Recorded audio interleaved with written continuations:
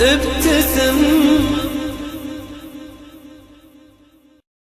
مرحبا في حفلة سعود واخوانا، مرحبا باللي من البعد نصيب. مرحبا في حفلة سعود واخوانا، مرحبا باللي من البعد نصيب. طاب فال بينهم واعتلى شانه، لعن تندى الصخرة حد يمينه. من عطى جود ومن ماد سفطانه، ما يعقد قد مضي في حجاجينه. الوفا والطيب ساسه وعرفانه، وارحبوا مليون من شافت عينه. ارحبوا تصل قبل ينطق لسانه، الله انه يرحم اللي مضرينه. يا عسى عود مربيه مسكانه، في جنان الخلد تبكى الموازينه. عاش من جدد مواريث جدانه، وفي حبال المرجله جاود يدينه. قد تركت الشعر كله وميدانه، مري لاجل سعود خضنا ميادينه. يا سعود المدح تستاهل اسمانه، وانت عنوانه ورمز الدواوينه. والسلام اختام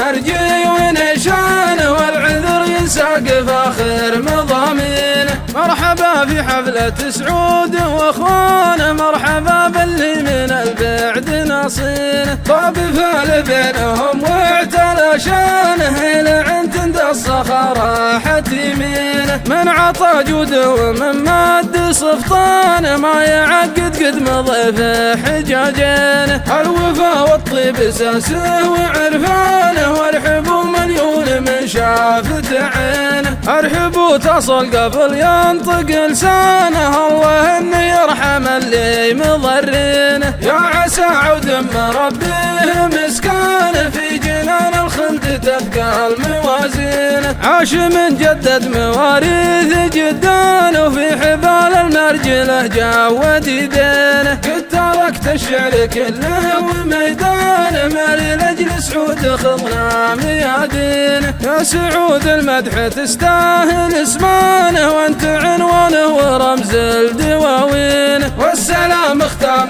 هرجي ونشانه، والعذر ينساق فاخر مضامينه. والسلام اختام هرجي ونشانه، والعذر ينساق فاخر مضامينه. والعذر ينساق فاخر مضامينه. مرحبا في حفلة سعود واخوانا، مرحبا باللي من البعد نصيب. مرحبا في حفلة سعود واخوانا، مرحبا باللي من البعد نصيب. طاب فال بينهم واعتلى شانه، لعن تندى الصخرة حد يمينه. من عطى جود ومن ماد سفطانه، ما يعقد قد مضي في حجاجينه. الوفا والطيب ساسه وعرفانه، وارحبوا مليون من شافت عينه. ارحبوا تصل قبل ينطق لسانه، الله انه يرحم اللي مضرينه. يا عسى عود مربيه مسكانه، في جنان الخلد تبكى الموازينه. عاش من جدد مواريث جدانه، وفي حبال المرجله جاود يدينه. قد تركت الشعر كله وميدانه، مري لاجل سعود خضنا ميادينه. يا سعود المدح تستاهل اسمانه، وانت عنوانه ورمز الدواوينه. والسلام اختام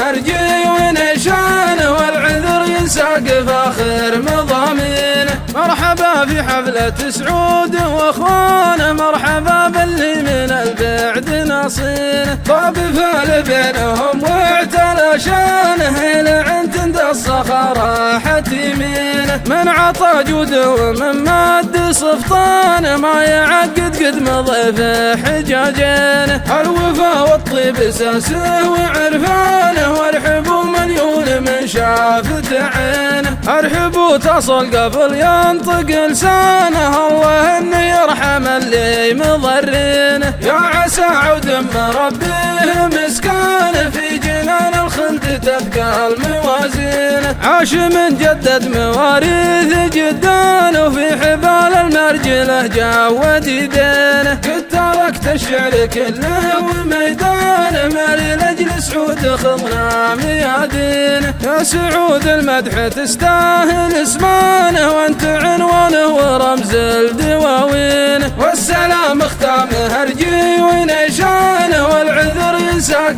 فاخر مضامينه. والسلام ختامه هرجي ونشانه والعذر ينساق فاخر مضامينه. والعذر ينساق فاخر مضامينه. مرحبا في حفلة سعود واخوانه مرحبا باللي من البعد نصيب. مرحبا في حفلة سعود واخوانه مرحبا باللي من البعد نصيب. طاب فال بينهم واعتلى شانه لعن تند الصخرة يمينه. من عطى جوده ومن ماد سفطانه ما يعقد قد مضى في حجاجينه. الوفا والطيب اساسه وعرفانه وارحبوا مليون من شافت عينه. ارحبوا تصل قبل ينطق لسانه الله انه يرحم اللي مضرينه. يا عسى عود مربيه مسكانه في جنان الخلد تبقى الموازينه. عاش من جدد مواريث جدان وفي حبال المرجله جود يدينه. قد تركت الشعر كله وميدانه مالي لاجل سعود خضنا ميادينه. يا سعود المدح تستاهل اسمانه وانت عنوانه ورمز الدواوين. والسلام ختامه هرجي ونشانه والعذر ينساق فاخر مضامينه. مرحبا في حفلة سعود واخوانه مرحبا باللي من البعد نصينه. طاب فال بينهم واعتلى شانه لعن تند الصخرة يمينه. من عطى جوده ومن ماد سفطانه ما يعقد قد مضى في حجاجينه. الوفا والطيب اساسه وعرفانه وارحبوا مليون من شافت عينه. ارحبوا تصل قبل ينطق لسانه الله انه يرحم اللي مضرينه. يا عسى عود مربيه مسكانه في جنان الخلد تبقى الموازينه. عاش من جدد مواريث جدان وفي حبال المرجله جود يدينه. قد تركت الشعر كله وميدانه مالي لاجل سعود خضنا ميادينه. يا سعود المدح تستاهل اسمانه وانت عنوانه ورمز الدواوين. والسلام ختامه هرجي ونشانه والعذر ينساق فاخر مضامينه. والسلام ختامه هرجي ونشانه والعذر ينساق فاخر مضامينه. والعذر ينساق فاخر مضامينه. مرحبا في حفلة سعود واخوانه مرحبا باللي من البعد نصيب. مرحبا في حفلة سعود واخوانه مرحبا باللي من البعد نصيب. طاب فال بينهم واعتلى شانه لعن تند الصخرة يمينه. من عطى جوده ومن ماد سفطانه ما يعقد قد مضى في حجاجينه. الوفا والطيب اساسه وعرفانه وارحبوا مليون من شافت عينه. ارحبوا تصل قبل ينطق لسانه الله انه يرحم اللي مضرينه. يا عسى عود مربيه مسكانه في جنان الخلد تبقى الموازينه. عاش من جدد مواريث جدان وفي حبال المرجله جود يدينه. قد تركت الشعر كله وميدانه مالي لاجل سعود خضنا ميادينه. يا سعود المدح تستاهل اسمانه وانت عنوانه ورمز الدواوين. والسلام ختامه هرجي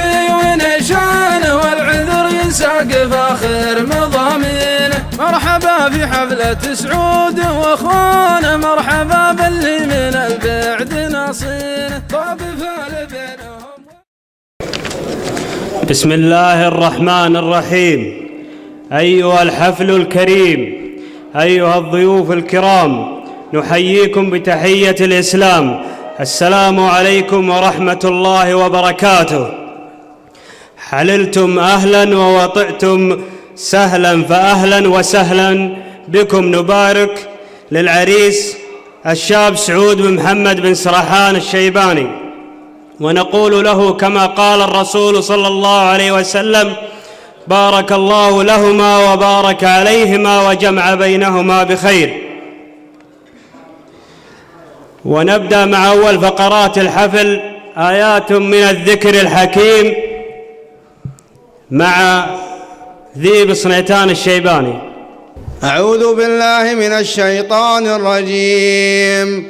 الله لا إله إلا هو الحي القيوم، لا تأخذه سنة ولا نوم، له ما في السماوات وما في الأرض. من ذا الذي يشفع عنده إلا بإذنه، يعلم ما بين أيديهم وما خلفهم، ولا يحيطون بشيء من علمه إلا بما شاء، وسع كرسيه السماوات والأرض، ولا يؤود حفظهما، وهو العلي العظيم. صدق الله العظيم. صدق الله العظيم. والآن كلمة دينية مع الشيخ الدكتور عجب الشيباني.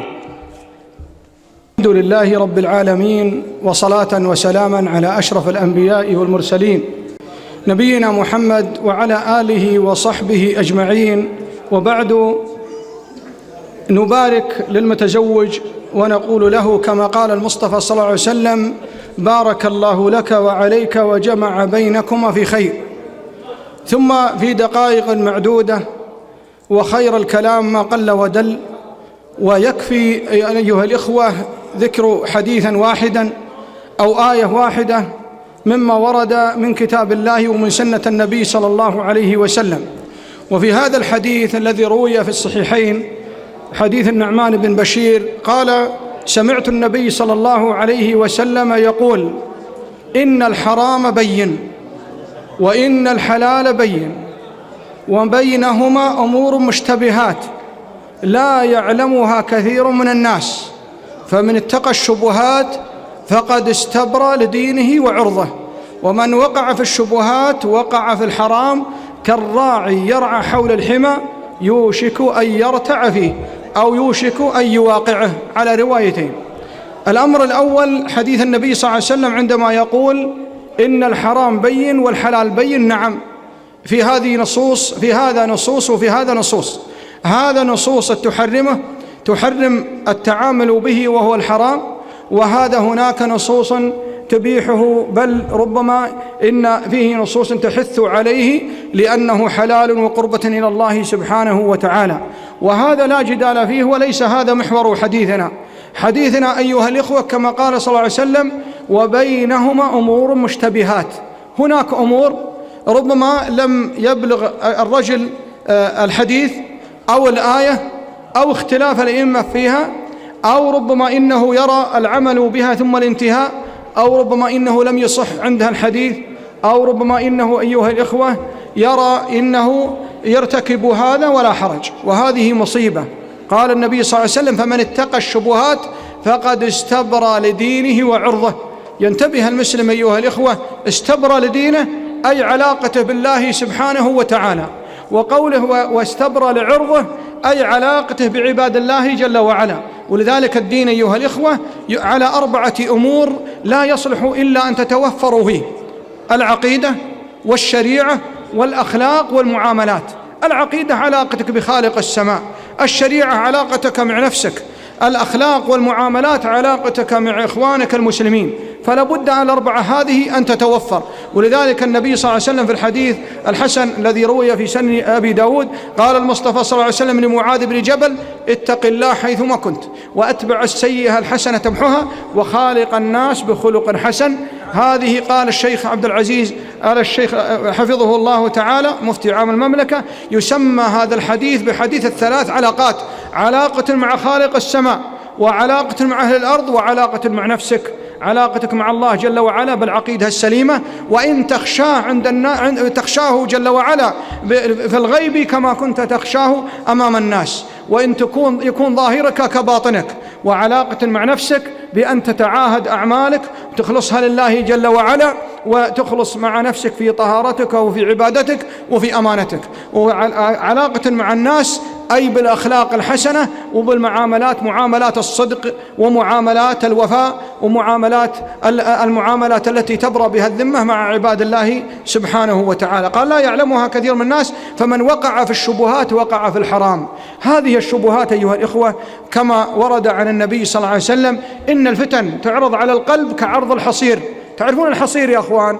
كعرض الحصير عودا عودا، يعني رويدا، تعرض كعرض الحصير عودا عودا، فأيما قلب أشربها نكتت فيه نكتة سوداء، وأيما قلب أنكرها نكتت فيه نكتة بيضاء، حتى تكون القلوب قلبين: قلب أبيض كالشاش يعرف المعروف وينكر المنكر، وقلب أسود مرباد لا يعرف، كالكوزي مجخية، أي كالكاس منكب على وجهه، كالكوزي مجخية لا يعرف المعروف ولا ينكر المنكر. نسأل الله العافية والسلامة. فينتبه المسلم يتعاهد هذا القلب يا أخوان بحجم قبضة اليد، يتصرف في الجسم كالريموت الذي يتصرف في الجهاز، حتى وإن كان الجهاز كبيرا. تجد في بعض الأماكن جهاز بحجم هذا الجدار، بجانب هذا الجدار، ويتحكم فيه ريموت بحجم قبضة اليد.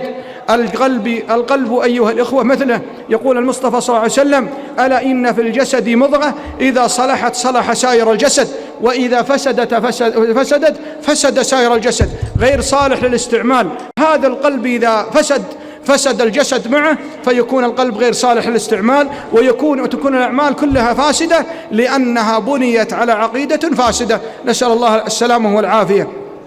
قال لا يعلمها، قال استبرى لدينه وعرضه، استبرى لدينه علاقته مع الله جل وعلا، واستبنى وعرضه أي ما بينه وبين الناس. كثير من الناس يا أخوان يقول: ما عليك من الناس، اعمل لله واترك الناس، اضربهم عرض الحائط. لا، ينتبه المسلم لعرضه يا أخوان. ولذلك الشريعة الدين تعرفتم أن منه المعاملات والأخلاق. لا بد أن يحسن المسلم خلقه مع عباد الله، لا بد أن يبسط نفسه مع عباد الله، لا بد أن يبتسم لإخوانه المسلمين، لا بد أن يصدق معهم في المعاملة، لا بد أن يصدق معهم في المواعيد، لا بد أن يصدق معهم في الحديث، لا يظلمهم ولا يبيع على بيعهم ولا يخطب على خطبتهم. هذه النبي صلى الله عليه وسلم قوى أواصر المحبة بين الناس. قال صلى الله عليه وسلم في الحديث الذي روي في صحيح مسلم برواية أبي هريرة رضي الله عنه، قال: حق المسلم على المسلم 6: إذا لقيته فسلم عليه، وإذا دعاك فأجبه، وإذا عطس فحمد الله فشمته، وإذا استنصحك فانصح له، وإذا مرض فعده، وإذا مات فاتبع جنازته. قال أحد شراح الحديث: من حين اللقاء حتى الوداع، عندما توادعه عند المقبرة. فعلى المسلم أيها الإخوة أن يحسن جنابه مع الله سبحانه وتعالى، لا يأكل إلا حلالا،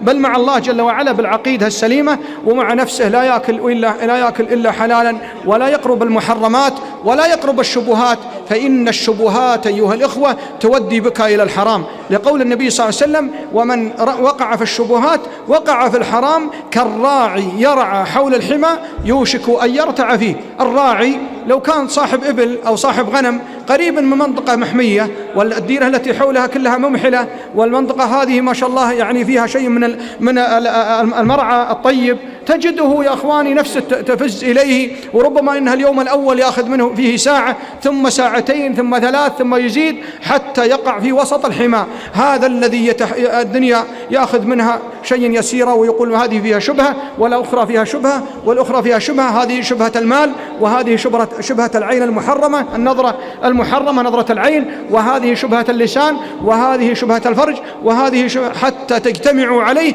ثم يقع في وسط الحرام. ينتبه المسلم يا أخواني لهذا. فمن وقع في الشبهات وقع في الحرام كالراعي يرعى حول الحمى يوشك أن يرتع فيه. وفي رواية يوشك، أو في لفظ يوشك أن يواقعه، أن يقع في نفس هذا الحمى. أسأل الله جل وعلا أن يجعلنا وإياكم من الذين يأكلون حلالا ويشربون حلالا ويتعاملون بالحلال، وأسأله جل وعلا أن يحسن ما بيننا وبينه، وما بيننا وبين أنفسنا، وما بيننا وبين عباد الله سبحانه وتعالى. شكر الله لكم على مكثكم واستماعكم، وجعل الله هذا الاجتماع اجتماعا مرحوما، وتفرقنا من بعده تفرقا معصوما، ولا يجعل منا ولا فينا شقيا ولا محروما. وشكر الله لمن كان سببا في هذا اللقاء، أخينا المتزوج، بارك الله له وعليه وجمع بينهما في خير، وصلى اللهم وسلم على نبينا محمد. جزاك الله خيرا. لا فض فوك ولا عاش حاسدوك. ومع الشعر والشعراء أبيات ترحيبية مع الشاعر بطي الشيباني. يا مرحبا يا هلا، يا الله يحييكم جميع. يقول: يا مرحبا ترحيبة تازن النير في صدر راعيها، ما هي بمعقولة ويا سعود أنا جيتك محبة وتقدير أقولها، والكل غيري يقولها. أنت ولد شيخ يدير الطوابير قمة سنام الطيب، تعرف فعوله ياما مظالف الليال المعاسير، ومتنا على الشدات ينقل حموله، وعن حفلكم والله مالي معاذير، حتى لو ان الوقت كثرة شغوله. لسانك والآن مع الشاعر محمد خضران الشيباني. السلام عليكم. يا هلا يا مرحبا، والله يحييكم عند من حياكم. وقول للعريس كما قال الرسول صلى الله عليه وسلم: اللهم بارك لهما وبارك عليهما واجمع بينهما بخير. وسعود مهما قلنا من القصيد والله ما نوفي حقه. بسم الله. يقول: يا مرحبا يا ربعنا يا الشيابين، أهل الوفاء والمرجلة والشكالة، يا مرحبا يلي بعيد وقريبين، إعداد همال يثابت خياله، في دار من هو يلطمون المعادين، اللي لهم في قمة المجد طالة. لسعود جينا كل ابونا مهنين، جعل الهنا في دايم الدوم فاله، شيخ تسلسل من شيوخ السراحين، اللي لهم هامه وقامه وطاله. شيخ تسلسل من شيوخ السراحين، اللي لهم هامه وطاله وقامه، نشهد لهم في ماضي الوقت والحين أهل الشجاعة في نهار البسالة، تاريخهم باقي بوسط الدواوين عند الرواه اللي يدور سؤاله. تاريخهم باقي بوسط الدواوين عند الرواه اللي يدور سؤاله، مجوخ جده يعدل الموازين، ترخيله المستعصيه وتحناله، وابوه عز للرجال السلاطين، اللي قليل ونادرات افعاله. تاريخهم باقي بوسط الدواوين اللي ما يجيني ما الله يسلمك، تستاهل الطيب. تاريخهم باقي بوسط الدواوين عند الرواه اللي يدور سؤاله، مجوخ جده يعدل الموازين، ترخيله المستعصيه وتحناله، وابوه عز للرجال السلاطين، اللي قليل ونادرات افعاله. وسعود يوم ان ذكرنا الكريمين نذكر مداهيله ونذكر ادلاله. ابو هلا وسعود يوم ان ذكرنا الكريمين نذكر مداهيله ونذكر ادلاله. ابو هلا يا مرحبا يا الميامين، اقلط على فاله ويقلط عقاله، علم نقوله وثابت بالبراهين قلته، وانا غيري من الناس قاله. يا سعد عين اللي يخاوي سراحين، اهل الوفا والمرجله والشكاله. سلامتكم. صح لسانك. والآن شيلة وقصيدة مع الشاعر سعود طالع الشيباني. السلام عليكم ورحمة الله وبركاته. يا مضيع وقتك بجلسات جهال، وين المراجل يا جليس الصعاليك، وش ناقصك يا هافي الحظ والفال، وراك ما تعطي طريق يجديك، خاويت ناس ما تسوي لها ريال، خيبتها قوات هقوها العرف فيك. اسمع بيوت سعود في بعض الامثال، لعلها من غفوة النوم تصحيك، ترى المراجل ما هي بثوب وعقال، ولا بقرش عن رجولك يطغيك، لا صار بنت بذيب ما ينفع المال، لو تملك كنوز عن الناس تغنيك، ولا كل من جال الشنبقي الرجال، يا كم شنب قطاح جوف الشرابيك. الرجل بالمنطق وثقله والافعال، حذراك من مدح مع البيريه فيك، ترى الردي لو يمدحك مدح الاهوال، لا رافعك مدحه ولا هو مرخيك، وصحيبك اللي صحبته تشرح البال، ما هو بخبل فاللوازم يخليك، اللي بغيت صحيبك معرب الخال، قرب بحزات الشدايد يخاويك. طلق الحجاج وللثقيلات يشتال، حرا على كسب المراجل يباريك، وحذراك من نقالة القيل والقال، احذر يجيبك هرج ولا يوديك، ما حد يشيل الهرج يكود الامثال، اللي هدفها في المحابيل ترميك، وخلك حريص الأعمال لا تامن اللي بالرديات ناويك، واصبر على ميلة زمانك اليمال، ما انت مغير في مكاتب وليك، ما في يدك حيلة علشان تحتال، دبرة ولي العرش ما هي في يديك، ومجلسك خله للرياجيل مدهال، لا تغلق البيبان في وجه ناصيك، والمجلس اللي لك من البغض يقتال، لو كثر الترحيب والله يحييك، مهانة لو سيق لك فيه فنجال، ابعد عنه واشلك من لا يداريك، وخلك على ربعك كما الغيث همال، مهما يجي تقصير هذه دناويك، ادمح من الزلات لو الصبر طال، وخلك على الهفوة طوال خطاويك، وبديت من عندي تماثيل نتزال، نصايح فوق المراجيب تعليك، والحق حق وكلمة الحق تنقال، صديقك اللي بالنصايح مصافيك. وسلامك. صح لسانك. والآن مع الشاعر مصطفى مطيري. السلام عليكم ورحمة الله وبركاته. الأولى أبارك الفارس هذه الليلة سعود الشيباني، والثانية أفخر وافتخر بميقافي قد مشيبين.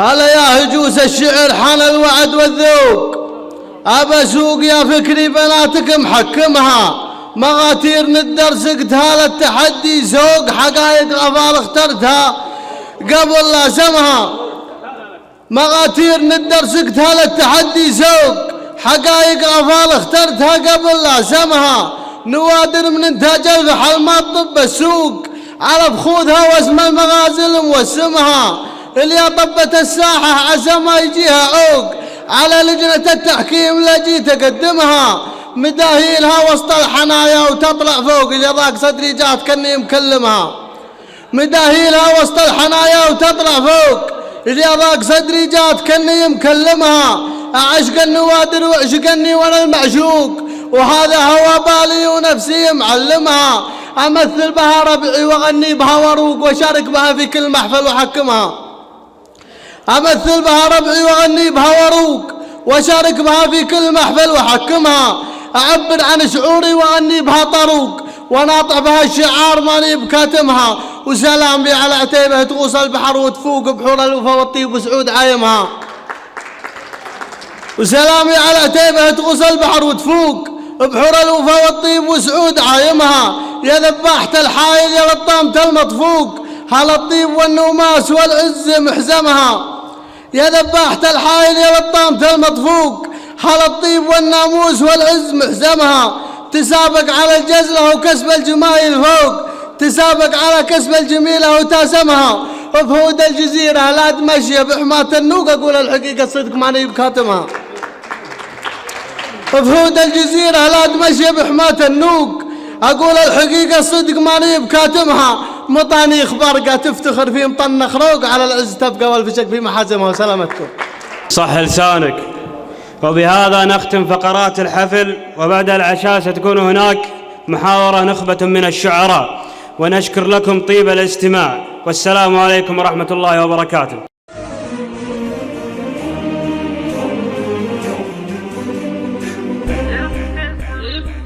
ابتسم